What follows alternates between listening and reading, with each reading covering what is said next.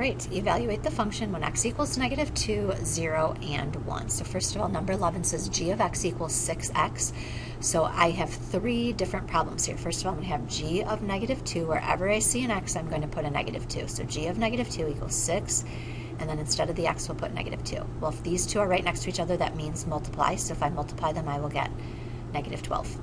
Okay, the second one, we're letting x be 0, so wherever I see an x, I'll put a 0. So notice that's what I did, and then 6 times 0 is 0. And then the next one, we'll put a 1 wherever we see an x, and then 6 times 1 is 6, and we are done. Okay, number 12, evaluate the function again when x equals -2, 0, and 1. So first of all, wherever we see an x, we'll put a -2. Okay, and then let's evaluate it. 1.5 times -2 is -3. -3 plus 9 is 6. And then the next time, wherever I see an x, I'll put a 0.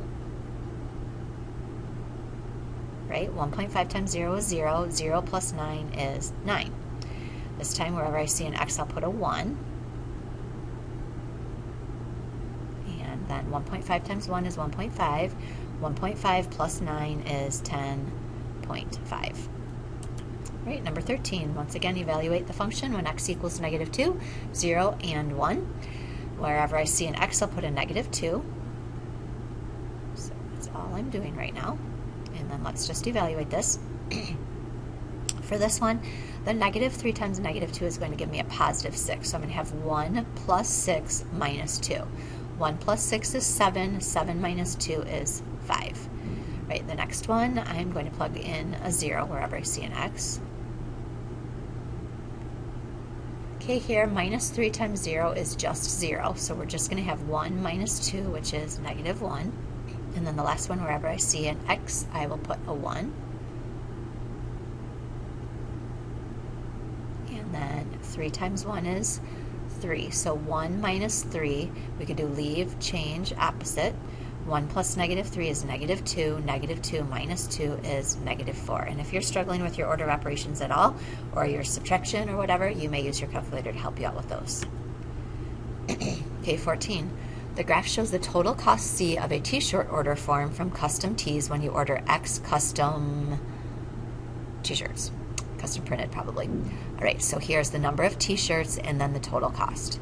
The table shows sample costs from a different vendor's shirts and more. Okay, if your school's Entrepreneurs Club needs 40 t-shirts, which vendor would you choose? Explain. So I need 40 t-shirts. So let's see, if I go up to here, 40 t-shirts, I can see I'm going to go right up here. Whoop. It's going to be right there. That's going to cost me, I think it says $250. Okay, and then here, 40 t-shirts already, 224 t-shirts is going to be $227. I can see that this is going up by 8 every time. And let's see if I subtract that. Let's see what that's going to happen. We're going to do a little thinking here. So if I do 163 minus 99, I get 64. So there's $64 more. And then 227 minus 163 is, again, $64. So it looks like it's going up $64 every 8. So for 32 t-shirts, it's going to cost $227 plus 64, which will be $291. And then if I go up 8 again, 40 t-shirts, again, if I add 64 to it, $291 plus 64, that will be $355.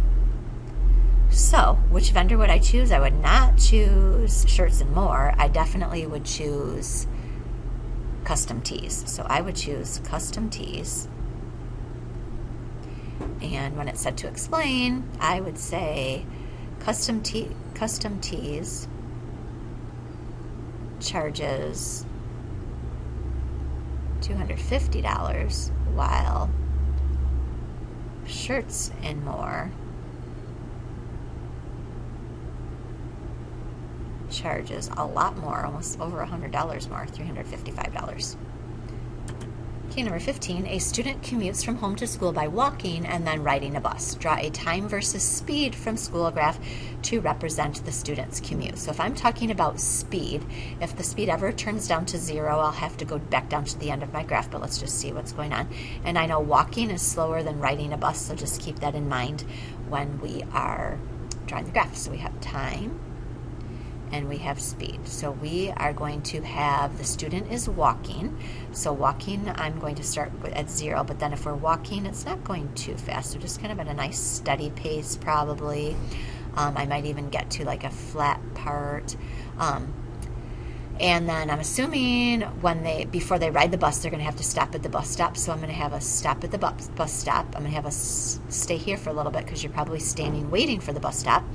And then I'm going to have this get sharper because this right here, if this is representing like how fast you're walking, when you're riding a bus, it's going to be a lot faster than when you're walking. So that should be a good idea, approximation of what that graph would look like.